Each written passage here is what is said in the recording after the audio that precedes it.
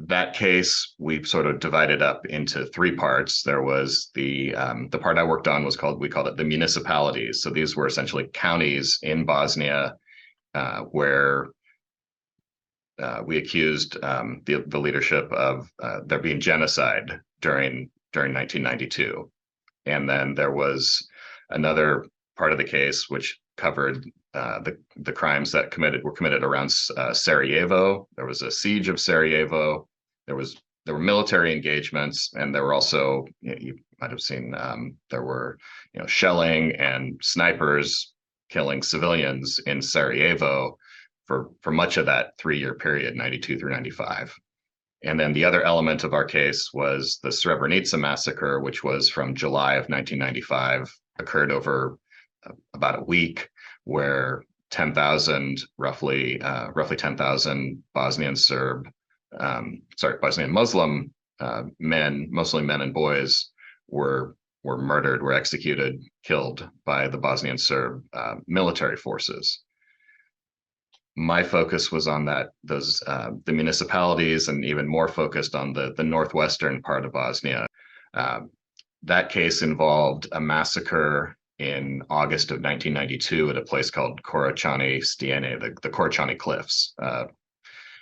The background of that case was this was in August of 92. The Bosnian Serbs were sort of consolidating their hold on this northwestern Krajina part of Bosnia.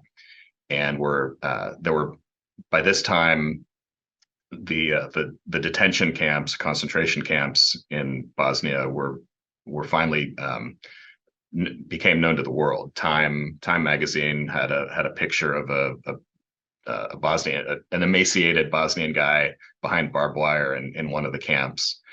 And I think the Bosnian Serbs decided, well, they didn't like that publicity, so they needed to get these people out. So it was August 21st, 1992, in a town called Prijedor, they gathered up about 2,000 Bosnian Muslims who these were people who were living there. This was their hometown.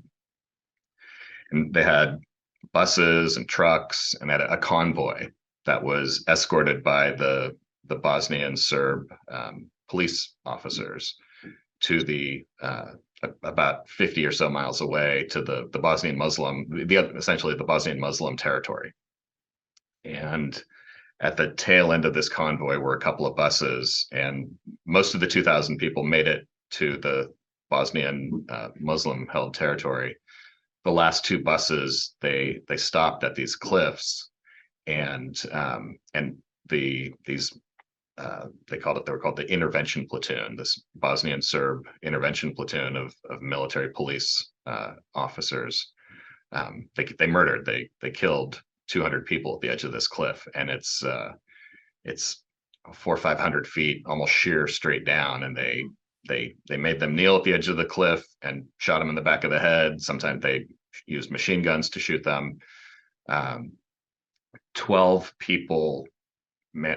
men managed to survive, and they knew. They knew the people that were the killers. They'd grown up with them. The third incident was one of the witnesses from the Krajina trial, and it was one of the municipalities where the Bosnian Serbs had come in and gathered up all the men and boys in town, and they took them to a bridge, and I sort of liken it to, I think, one of the footbridges across the Clackamas River here. So not a big car truck bridge, but just maybe 30 or so feet off the river. And these soldiers made these men and boys jump off the river and then shot them, almost for sport. And the witness, he was 22 at the time, and his 18-year-old brother was with him.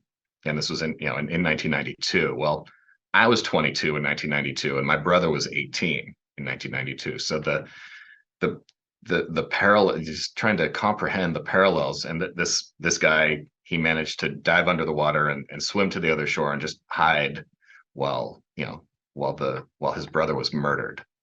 And that was, just thinking of myself and my brother in that situation, and it was really difficult. So it did affect me, and I think it still has. Just the humanity of the victims and what they went through.